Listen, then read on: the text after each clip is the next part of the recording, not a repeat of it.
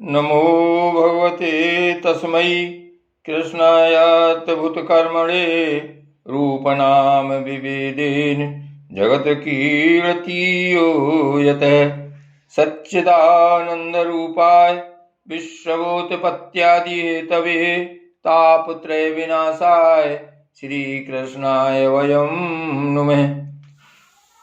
श्रीमद्भागवत महापुराण महात्म अध्याय 2 भक्ति का दुख दूर करने के लिए नारद जी का उद्योग।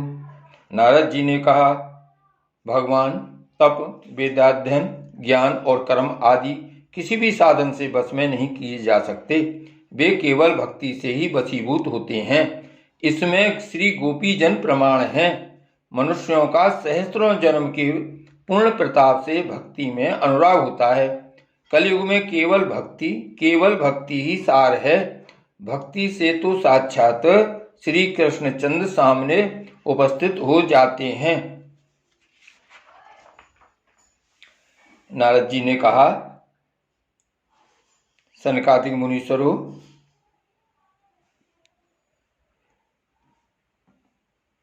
आप सभी लोग बड़े योगी, बुद्धिमान और विद्वान हैं। आप देखने में 5-5 वर्ष के बालक से जान पड़ते हैं, किंतु हैं पूर्वजों के भी पूर्वज।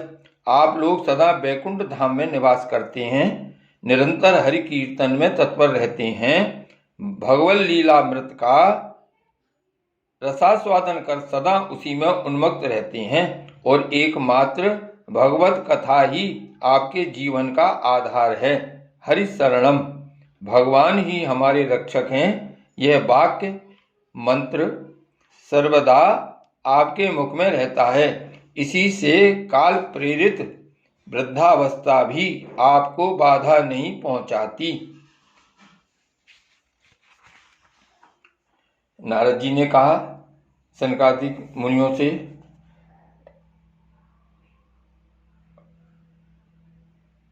आप लोग शरणागत वत्सल हैं तथा आपका दर्शन कभी व्यर्थ नहीं होता, इसलिए मेरा यह संदेह दूर कर दीजिए। इस कार्य में विलंब न कीजिए। सनकादिक ऋषियों ने कहा, श्रीमद्भागवत की कथा वेद और उपनिषदों के सार से बनी है, इसलिए उनसे अलग उनकी फलरूपा होने के कारण वह बड़ी उत्तम जान पड़ती है। जिस प्रकार रस वृक्ष की जड़ से लेकर शाखाग्र पर्यंत रहता है, किंतु इस स्थिति में उसका आस्वादन नहीं किया जा सकता, वही जब अलग होकर फल के रूप में आ जाता है तब संसार में सभी को प्रिय लगने लगता है।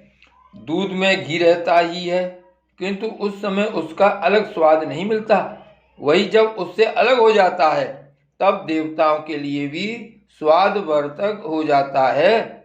खाण ईख के ओर छोर और बीच में भी व्याप्त रहती है, तथापि अलग होने पर उसकी कुछ और ही मिठास होती है। ऐसी ही यह भागवत की कथा है। यह भागवत पुराण वेदों के समान है।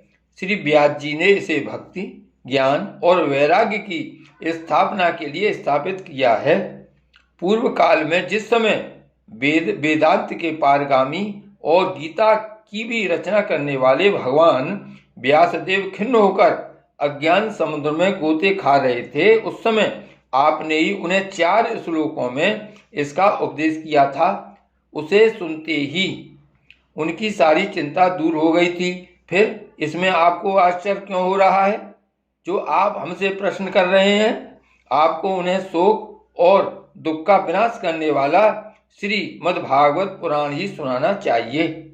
नारद जी ने कहा, महानुभावों, आपका दर्शन जीव के संपूर्ण पापों को तत्काल नष्ट कर देता है और जो संसार दुखरूप दावानल से तपे हुए हैं उन पर शीघ्र ही शांति की वर्षा करता है। आप निरंतर शेष जी के सहस्त्र मुखों से गाए हुए भगवत कथामृत का ही पान करते रहते हैं। मैं प्रेम लक्षणा भक्ति का प्रकाश करने के उद्देश्य से आपकी शरण लेता हूँ।